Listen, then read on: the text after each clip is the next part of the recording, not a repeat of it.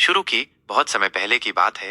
वीरपुर नामक गांव में रघु नाम का एक गरीब किसान रहता था। उसकी पत्नी और बेटा एक अज्ञात बीमारी के कारण चल बसे। इस दुख से टूटे हुए रघु के पास अब कोई सहारा नहीं था सिवाय उसके वफादार कुत्ते शेरू के। शेरू रघु के लिए सिर्फ एक पालतू जानवर नहीं था, बल्कि उसका सबसे करीबी दोस्त था। समय बीतने के साथ रघु की हालत और खराब होती गई। उसकी फसलें बर्बाद हो गईं, कर्ज बढ़ गया और खाने तक के लाले पड़ गए। वो शेरू को पालने में असमर्थ था, लेकिन उसे छोड़ना भी नहीं चाहता था। आखिरकार मजबूरी में रघु ने शेरू को पास के शानदार कुत्तों का बहुत शौक था। उसने शेरू को खरीदा और रघु को कुछ पैसे दिए। रघु की आंखों में आंसू थे, लेकिन उसे लगा कि ये शेरू के लिए अच्छा होगा। जा शेरू, अब सेठ जी के साथ रहो, वे तेरा अच्छे से ख्याल रखेंगे। शेरू ने रघु को जाते हुए देखा, लेकिन वो अपनी नई जिंदगी में ढलने की कोशिश करने लगा। कुछ महीनों बाद एक रात सेठ हरिदत्त के घर में कुछ खतरनाक डाकू घुस आए। वे पूरे घर को लूटने आए थे और अगर किसी ने विरोध किया तो मार डालने को भी तैयार थे। शेरू सब कुछ देख रहा था, लेकिन वो बहुत चालाक था। अगर वो भौंकता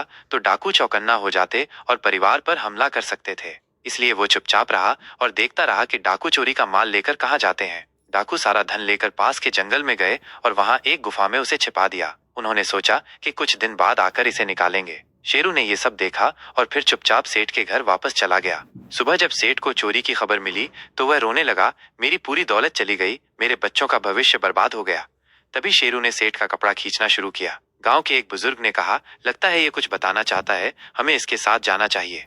सेठ और गांव के लोग शेरू के पीछे पीछे चल दिए। वह उन्हें ठीक उसी गुफा तक ले गया जहां डाकुओं ने धन छिपाया था। जब लोगों ने गुफा की तलाशी ली तो उन्हें सारा चोरी हुआ धन मिल गया। सेठ ने शेरू को गले से लगा लिया और कहा, तू सच में सबसे वफादार साथी है।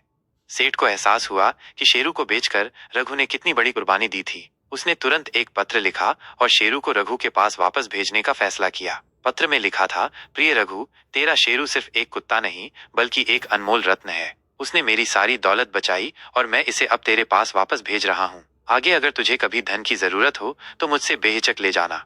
सेठ ने यह पत्र शेरू के गले में बांध दिया और उसे विदा किया।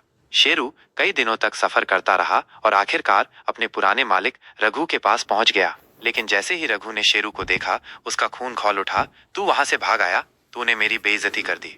गुस्से में रघु ने बिना कुछ सोचे समझे अपनी लकड़ी की लाठी उठाई और शेरू को जोर से मार दिया। शेरू जमीन पर गिर पड़ा। तभी रघु की नजर उसके गले में बंधी चिट्ठी पर पड़ी। उसने कांपते हाथों से पत्र खोला और पढ़ा। जैसे ही उसने पूरी चिट्ठी पढ़ी, उसकी आंखों में आंसू आ गए। हे भगवान, मैंने अपने सबसे वफादार साथी को खुद ही मार डाला। रघु रोने लगा, लेकिन अब पछताने से कुछ नहीं हो सकता था।